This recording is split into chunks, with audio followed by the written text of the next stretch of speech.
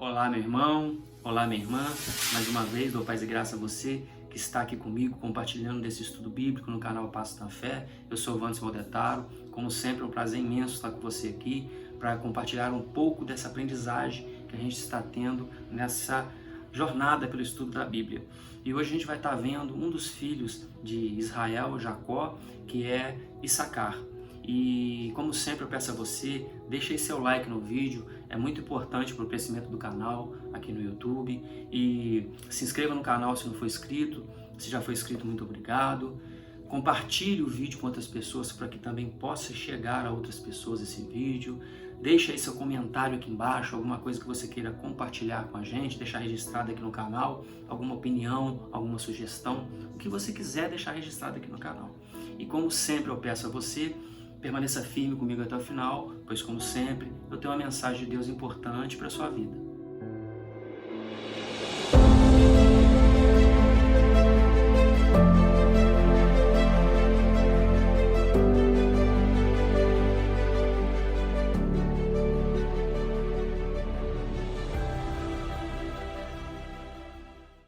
Dando então continuidade a esse estudo bíblico que a gente tem feito, hoje a gente vai estar vendo sobre um dos filhos de Israel, no caso de Jacó, que é Issacar, outro filho. Se você não assistiu os vídeos anteriores, peço que você volte, assista, para poder estar acompanhando, sobre todos os filhos. E então lá no versículo 14 do capítulo 49 de Gênesis diz assim: Issacar é jumento de fortes ossos, de repouso entre os rebanhos de ovelhas. Viu que o repouso era bom e que a terra era deliciosa.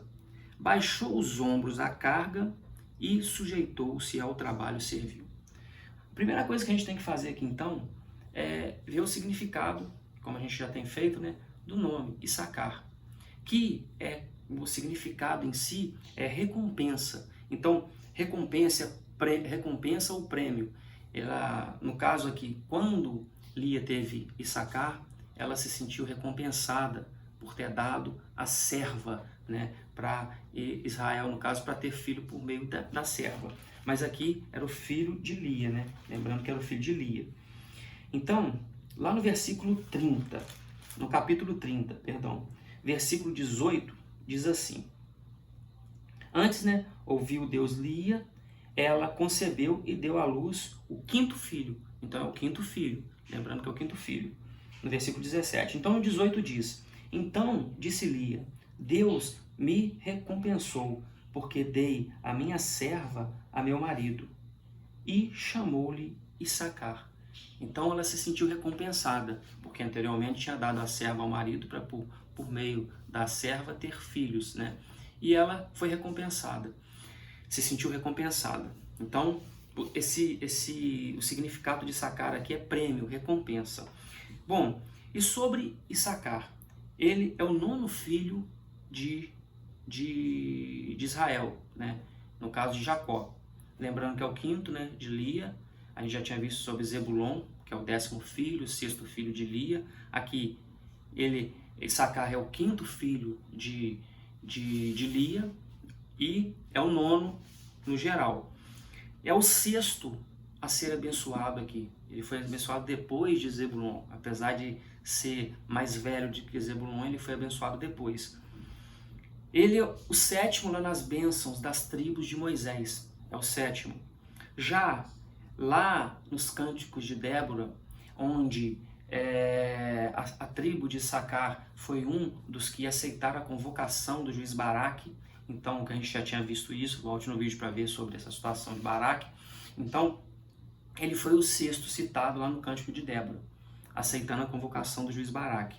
E em Apocalipse, lá entre os 144 mil selados, os 12 das tribos que estão lá, ele é citado como nono, lá em Apocalipse 7, capítulo 7 de Apocalipse.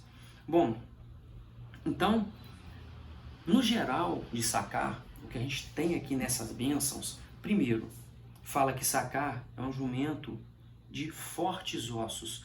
Então, a gente enxerga, jumento naquela época aqui, quando é comparado com jumento, não é uma coisa ruim, porque jumento era um animal de carga, era um animal que a gente lembra que jumento foi o que levou Jesus a entrar, né, na cidade de Jerusalém. Então, naquela época, jumento, ser comparado com jumento, não era uma coisa que era ruim, era bom, entendeu?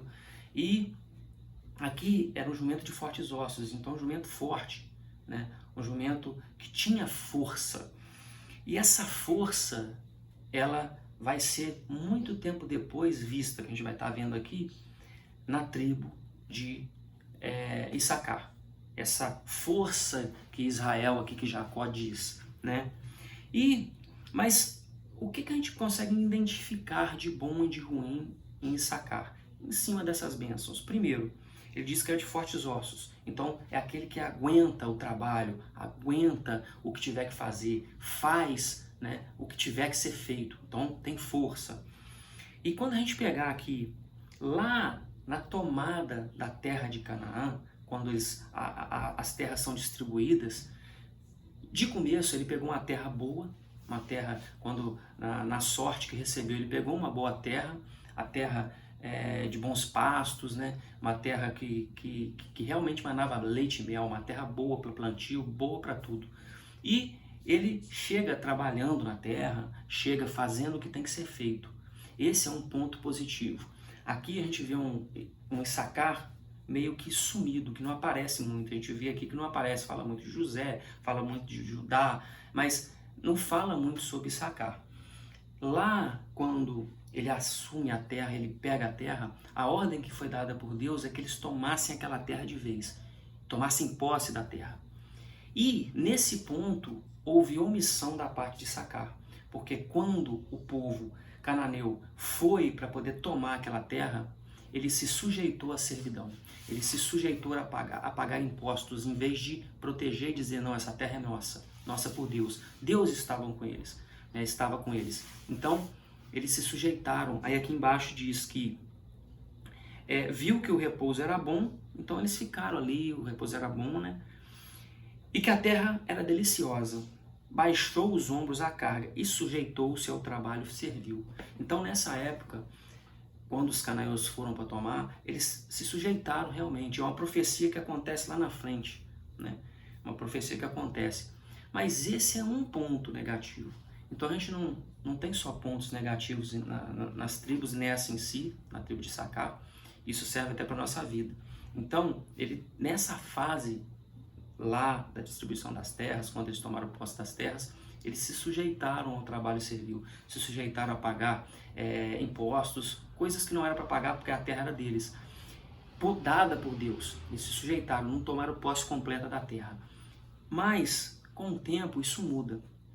E, bom, a primeira coisa que a gente vê aqui nessa situação, lá já em Davi, quando o rei Davi vai tomar posse do trono, né, assumir o trono de Saul, teve um exército para poder passar esse trono para ele. Então, isso está lá em 1 Crônicas 12, 32, sobre Issacar. Aí você pega o capítulo 12, dá uma lida que é bom para você ver que cada uma das tribos, 2.000, 7.000, 20.000, foram mandando guerreiros, mandando representantes, formando esse exército para entregar o trono, vamos dizer assim, a Davi, para que o rei Davi pudesse assumir o trono.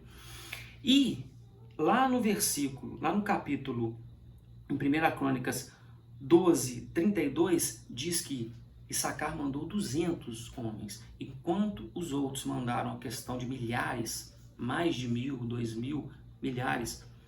Diz que ele mandou 200 homens.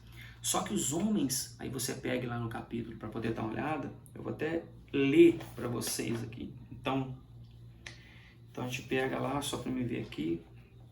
Então, lá no 1 Crônicas 12, 32. A gente vai lá em 1 Crônicas 12, 32.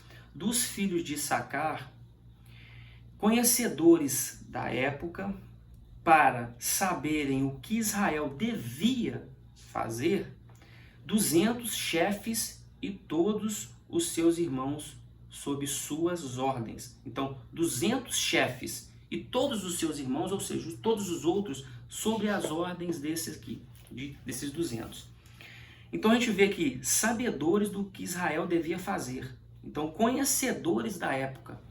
Enquanto as outras tribos mandaram tropas, aqui eles mandaram generais. Enquanto as outras tribos mandaram a questão de milhares, eles mandaram, Issacar mandaram 200 que iriam praticamente comandar, dizer o que tinha que fazer, conhecedores do momento, conhecedores do que tinha que ser feito, o momento que tinha que fazer, como fazer, conhecedores da época, para poder orientar o que deveria ser feito. Então esses 200 valia por muito mais do que os outros mandaram, em situação de conhecimento. Porque numa tropa, num exército, não adianta ter quantidade se você não sabe utilizar aquela tropa, saber o que ela tem que ser feito, o que tem que ser feito naquela situação, quando tem que fazer e como fazer. Então, aqui, apesar de ser 200, eram 200 conhecedores. Então mostra que aquele povo que era omisso lá atrás, quando foi receber a terra e não teve aquele pulso firme, na situação que tá bom, vamos pagar imposto, vamos continuar aqui pagando imposto mesmo, a gente já está na terra, vamos levando assim, vamos levando com a barriga, vamos deixando do jeito que está. Em vez de fazer aquilo que foi passado por Deus, a ordem de Deus foi que tomassem a terra de vez, que a terra era deles, eles não fizeram isso. Mas agora, essa tribo parece se redimida disso. E aqui, eles são conhecedores e chefes para orientar seus irmãos, todos os outros.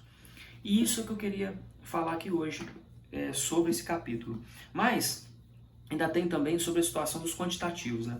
Se a gente pegar lá em Números 1, 29, diz que o povo, no primeiro censo, era 54.400. Já em Números 26 e 25, passou para 64.300, quase 10 mil. Então a gente vê que o povo realmente cresceu e não diminuiu. O povo cresceu naquela passagem de praticamente 30, então se falam 30, 40, 25, 30, naquela passagem que estava passando por Êxodo, ali pelo deserto, indo em direção a Canaã, saindo do Egito, da escravidão, a gente vê que o povo cresceu, apesar das dificuldades, da situação de Corá, do bezerro, tudo aquilo, eles cresceram, eles se multiplicaram, realmente. Então, eles foram abençoados por Deus.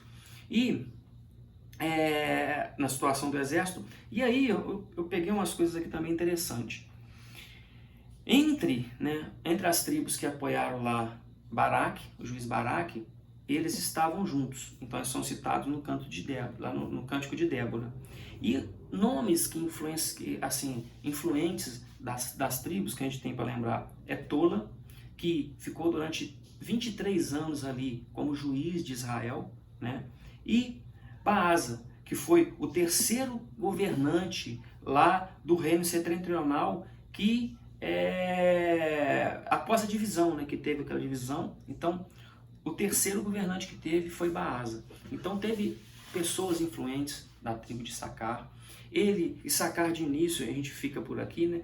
E Issacar então de início teve assim deslizes, né? No começo ele não aparecia muito ali no livro de Gênesis, e quando teve a distribuição, ela não tomou a terra de vez, então teve aquele deslize, mas a gente vê que depois ele passa a ter pessoas influentes no meio dele, né, no meio da tribo.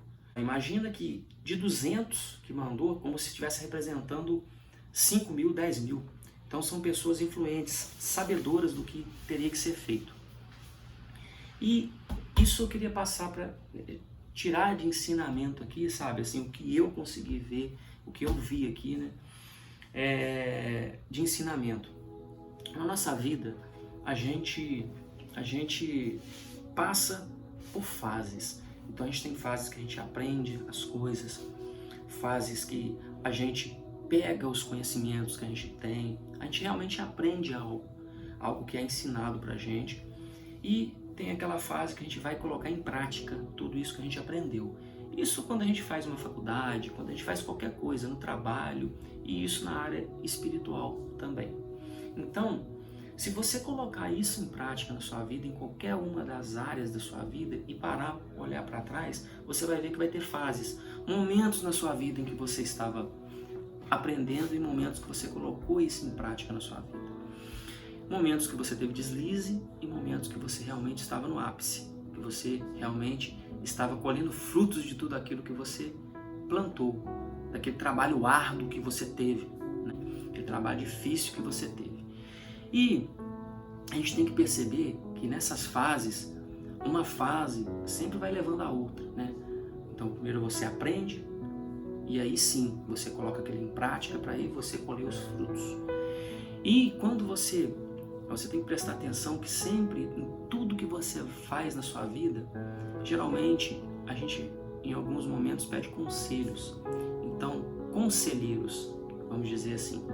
O primeiro conselheiro que a gente tem que ter, sem sombra de dúvidas, né, é o Espírito Santo. A gente tem que orar ao Espírito Santo para que Deus possa nos encaminhar, orar ao nosso Senhor Jesus para que Ele abra os nossos ouvidos e os nossos olhos para que a gente consiga realmente escutar a boa vontade dEle e ver o que realmente está na nossa frente para tomar as decisões corretas. Esse é o primeiro conselheiro que a gente tem. E a multidão de conselheiros que diz, né, na Bíblia, né, a gente tem que escutar a multidões de sábios, né, de conselheiros.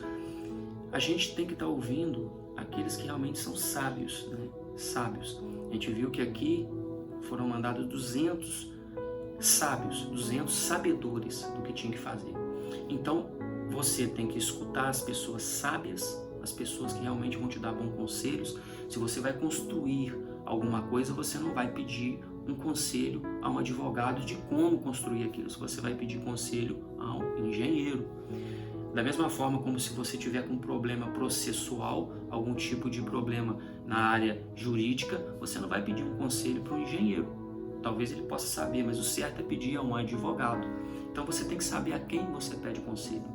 Quando você está numa área com um problema espiritual, você não vai pedir um conselho espiritual para alguém que não tem o conhecimento da palavra, que não tem um conhecimento realmente do que está escrito na palavra, do que está na Bíblia.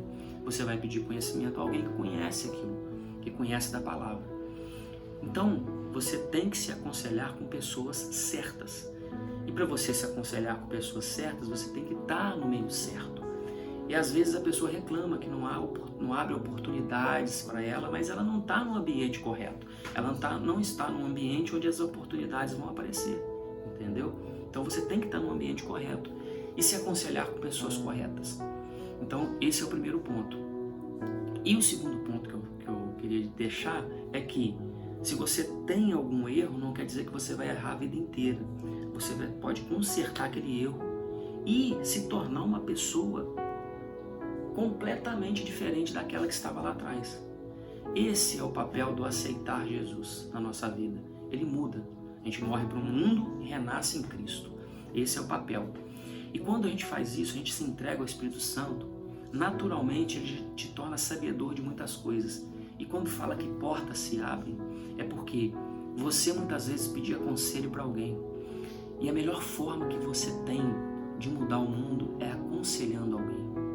Você, quando não pode estar em um lugar, se você se torna conselheiro daquela pessoa que pode fazer alguma coisa, ela te ouve, ela dá ouvido para o que você realmente diz, aquilo é feito por meio dela. Então você aconselha alguém. Então ser conselheiro, se a gente pegar os grandes governantes que tiveram, os grandes reis, sempre tinham um conselheiro. Então a ação era feita pelo rei, mas por meio daquilo que o conselheiro o orientou a fazer. Então oriente as pessoas conforme o que está escrito na Bíblia, conforme a palavra de Deus.